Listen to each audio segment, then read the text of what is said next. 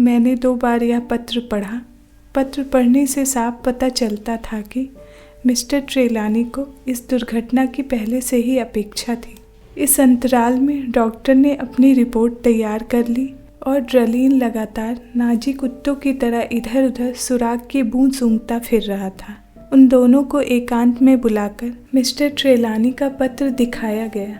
आखिर काफ़ी देर बाद ये तय हुआ कि मिस्टर ट्रेलानी की हिदायतों पर अमल किया जाएगा। वे अब तक बेहोशी की हालत में पड़े थे और सांसों के उतार चढ़ाव के अलावा उनके शरीर में कोई छीड़ सी हरकत भी पैदा नहीं हो रही थी। उनकी निगरानी के लिए हाउसकीपर मिसेज ग्रांट और पुलिस का एक सिपाही शयन कक्ष में मौजूद थे। दिन बीत गया था और अब शाम हो गई थी। फैसला हुआ कि मिस्टर ट्रेलानी के होश में आने की प्रतीक्षा की जाए और रात भर सभी आदमी बारी बारी से जाकर उनकी निगरानी करें। वह रात नहीं, प्रलय रात थी। एक भयानक सपना था जो मैंने देखा। पूरे मकान में हम 7 व्यक्ति थे। सुपरिटेंडेंट ड्रलीन, doctor Winchester, miss Trelawney, Mrs Grant, nurse Kennedy, बेहोश पड़े मिस्टर ट्रेलानी और मैं। पूरी रात पहरा देने के लिए हमने बारी बारी से जागने और सोने का प्रोग्राम बनाया। इधर यह निश्चय हुआ कि पहली ड्यूटी ड्रलीन और मिसेज ग्रांट की रहेगी, दूसरी ड्यूटी डॉक्टर और नर्स कैनेडी की, तीसरी तथा आखिरी ड्यूटी मिस ट्रेलानी और मेरी। सूर्यास्त होते ही पूरे मकान पर एक गंभीर उदासी और अंधकार छा गया। यद्यपि प्रकाश की व्यवस्था थी, लेकिन ना जाने कैसे धुंध सारे लंदन में जमा हो गई थी। इसके अलावा मम्मियों और मसालों में डूबे जानवरों की लाशों से ऐसी अप्रिय गंध उठ रही थी कि उसने सोचने समझने की सारी शक्तियों को कुंठित कर दिया था। मिस्टर ट्रेलानी अपने शयन कक्ष में अभी तक अचेत पड़े हुए थे। डॉक्टर को विस्मय था कि इतना खून बह जाने के बावजूद वृद्ध ट्रेलानी का चेहरा तरोताजा नजर आ रहा था। डॉक्टर का ख्याल था कि मकान में किसी प्रेत की छाया है और मिस्टर ट्रेलानी पर अवश्य किसी प्रेतात्मा ने हमला किया है। लेकिन ड्रलीन इस बात से सहमत नहीं था। उसे प्रेतात्माओं में कतई विश्वास नहीं था। वह गंभीरता से समझता था कि मिस्टर ट्रेलानी का कोई पुराना शत्रु है जो सेफ में से कुछ निकालना चाहता था, कोई खास चीज़ जिसका फ़िलहाल हमें अनुमान नहीं और जो बहुत कीमती है। थोड़ी देर इस विषय पर गर्मा गर्म बहस के बाद नर्स कैनेडी और डॉक्टर को मिस्टर ट्रेलानी के शयन कक्ष में छोड़ा गया। शेष लोग अपने अपने कमरों में आराम करने के लिए चले गए। मैंने बिस्तर पर लेटकर सारे हालात पर विचार किया, लेकिन मस्तिष्क इतना कुंठित हो रहा था कि उस दुर्घटना का कोई उपयुक्त कारण समझ में नहीं आया। धीरे धीरे मुझ पर नींद सी छाने लगी और फिर यूं महसूस हुआ जैसे मैं एक भयानक सपना देख रहा हूँ। मेरे कानों में किसी स्त्री के लगातार चीखने की आवाज़ें आ रही थी। एक झटके के साथ मेरी आँख खुली। मेरा कमरा गहरे अंधकार में डूबा हुआ था। ना जाने सिराहने जलता हुआ बल्ब कैसे बुझ गया था।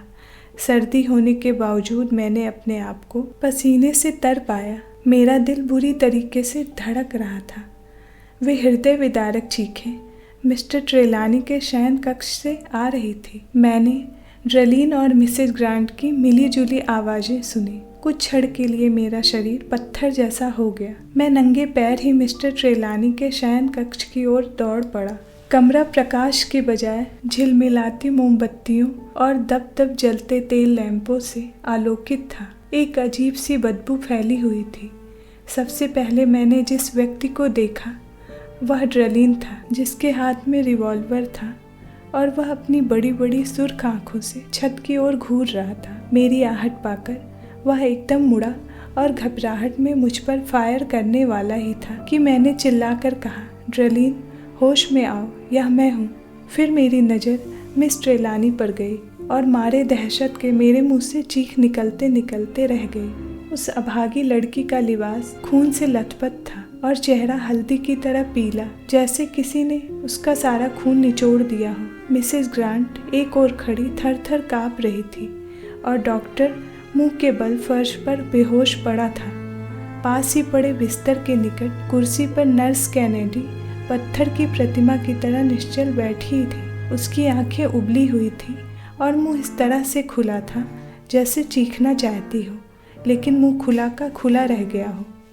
मिस्टर ट्रेलानी अपने बिस्तर पर नहीं थे, बल्कि एन उसी जगह यानी सेफ के पास पड़े थे जहां से पिछली रात उन्हें उठाया गया था। इस बार उनकी वही जख्मी कलाई इस बुरी तरह उधड़ी हुई थी कि अंदर से सफ़ेद हड्डी दिखाई देने लगी थी। मिस्टर ट्रेलानी वह हाथ सेफ की ओर इसी अंदाज में बढ़ाए हुए थे जिसकी कहानी मुझे मिस ट्रेलानी सुना चुकी थी, लेकिन इस बार नई बात यह थी कि 8-9 इंच वाले फल का बहुत तेज़ धार वाला एक खंजर मिस्टर ट्रेलानी के पास पड़ा दिखाई दिया, जिस पर धीरे धीरे खून जम रहा था। यह खंजर पहले उस कमरे की एक दीवार पर नुमाइश के तौर पर टंगा मुझे नजर आया था। मुझे देखकर मिस ट्रेलानी के गले से चीख निकल गई और वह मुझसे लिपटकर बच्चों की तरह सिसकियां भरने लगी। ड्रलीन ने मिसेज ग्रांट को इशारा किया कि वह नर्स कैनेडी को संभाले और वह स्वयं डॉक्टर को होश में लाने का उपाय करने लगा। कुछ क्षण के बाद डॉक्टर ने आंखें खोली और उठकर बैठ गया। अभी वह विस्मय से कुछ पूछने ही वाला था कि सहसा उसकी नज़र मिस ट्रेलानी के खून भरे लिबास और फिर सेफ के पास पड़े हुए मिस्टर ट्रेलानी पर पड़ी। हे भगवान, वह चिल्लाया। फिर वही किस्सा, पर यह कैसे हुआ? यही बात तो मैं आपसे पूछना चाहता हूँ डॉक्टर। ड्रलीन ने भारी स्वर में इस तरह कहा जैसे वह डॉक्टर को ही इस दुर्घटना का जिम्मेदार समझता हो। इससे पहले कि डॉक्टर कुछ कहे, मिसेज ग्रांट की आवाज़ गूंजी, जरा नर्स को तो देखो, या तो शायद मर चुकी है। इन शब्दों ने दहशत की एक नई लहर सब लोगों के शरीर में दौड़ा दी। डॉक्टर ने जल्दी से नर्स कैनेडी का मुआयना किया और बोला, मरी नहीं है, अभी जिंदा है। ऐसा लगता है कि दहशत के कारण इसका यह हाल हुआ है। कृपया इसे दूसरे कमरे में ले जाकर बिस्तर पर लिटा दीजिए। मिस्टर ट्रेलानी को उठाकर पुनः बिस्तर पर डाला गया और डॉक्टर उसकी मरहम पट्टी करने लगा। मिसेस ग्रांट मिस ट्रेलानी को उसका लिबास बदलवाने के लिए ले गई। नर्स कैनेडी बराबर के कमरे में बिस्तर पर पड़ी थी। उसे होश आ गया था, लेकिन उसकी हालत पागलों जैसी हो गई थी। वह कभी रोती, कभी हंसती, कभी अपने कपड़े फाड़ने की कोशिश करती, फिर चीख मारकर बेहोश हो जाती। इस दौरान उसने मुझसे एक शब्द भी नहीं निकाला। ऐसा लगता था जैसे अति भय और दहशत से उसका मानसिक संतुलन बिगड़ गया था। दूसरी ओर मिस ट्रेलानी की हालत भी ऐसी ही थी। वह लिबास बदल कर आई तो बरसों की बीमार नजर आती थी। डॉक्टर के हाथों में कपकपाहट का असर था और ड्रलीन अभी तक होशो हवास स्थिर नहीं कर पाया। मेरी हालत भी अच्छी नहीं थी और मिस ट्रेलानी की शक्ल देखकर मेरा दिल बैठा जा रहा था। अब हमने एक दूसरे से पूछना शुरू किया कि यह दुर्घटना क्या थी और किसने क्या क्या देखा। मिस ट्रेलानी के बयान का सारांश यह था, अभी मेरी पलक मुश्किल से ही झपकी थी कि मेरा दिल व्याकुल होने लगा। ऐसा एहसास हुआ कि पिताजी ज़बरदस्त खतरे में हैं। मैं जल्दी से उनके कमरे में गई और मैंने वही दृश्य देखा जो पिछली रात देख चुकी थी। ड्रलीन का बयान था, मैंने अपने पलंग पर तकिए के नीचे रिवॉल्वर रख लिया था। मेरा ख्याल था कि इसकी आवश्यकता किसी भी समय पड़ सकती है। मैंने सोने की कोशिश की, लेकिन नींद नहीं आई।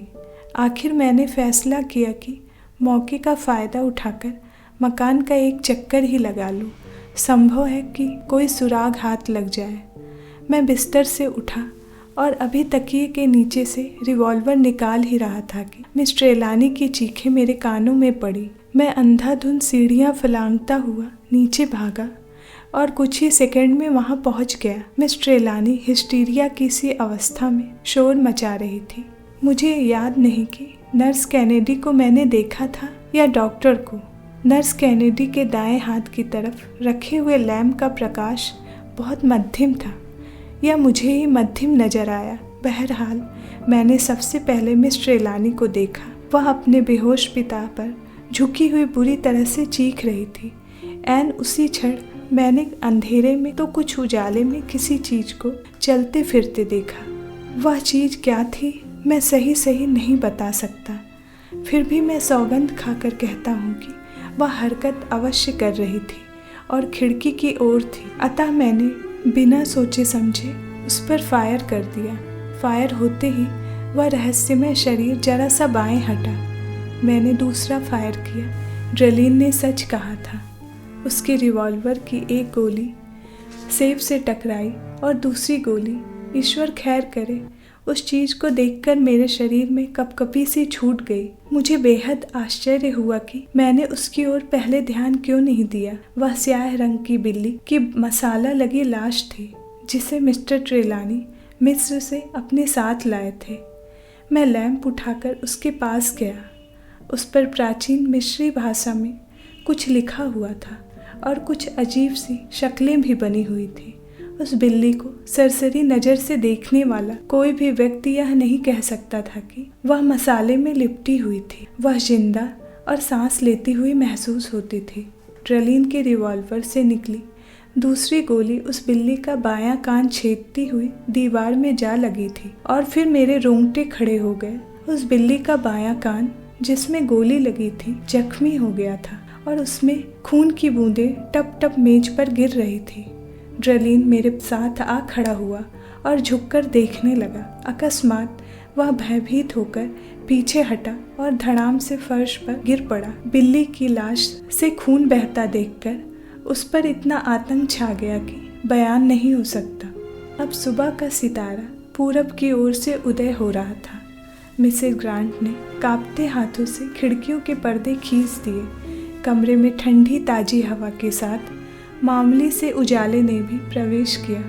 होश में आने के बाद भी ड्रेलिन की दहशत दूर नहीं हुई थी। उसने भर्राई आवाज में कहा, श्रीमान, मैं आपसे और इस घर में मौजूद सभी लोगों से निवेदन करता हूँ कि यहाँ से फौरन निकल जाएं, नहीं तो कोई जिंदा नहीं बचेगा।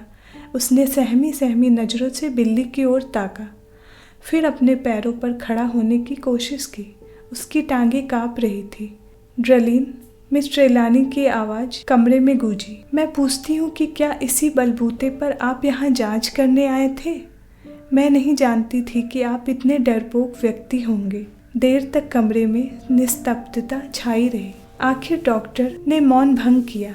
मेरा विचार है कि हमें ठंडे दिल से सारी बातों पर विचार करना चाहिए। मिस्टर ड्रेलिन इस समय मानसिक रूप से परेशान है, नहीं तो इनके कहने का उद्देश्य शायद यह नहीं था। ड्रेलिन के ललाट पर लज्जा की छाया थी। उसने कुछ नहीं कहा, लेकिन गर्दन झुकाकर स्याह बिल्ली की ओर इशारा किया। डॉक्टर और मिस ट्रेलानी ने बिल्ली के पास जाकर उसे गौर से देखा। मेरी नज़रें भी उधर गई। विस्मय और भय की एक नई लहर मेरे शरीर में दौड़ गई। थोड़ी देर पहले बिल्ली के कान से रिश्ते खून की बूंदें मैंने और ड्रेलिन ने देखी थी, वे एकदम गायब हो गई थी। मैंने और गौर से देखा।